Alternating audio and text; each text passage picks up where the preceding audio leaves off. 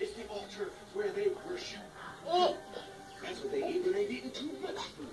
That is what guilt they can eat more food.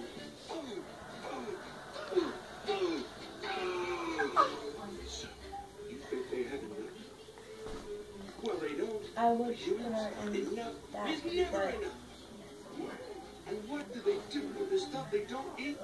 They put it in gleaming silver cans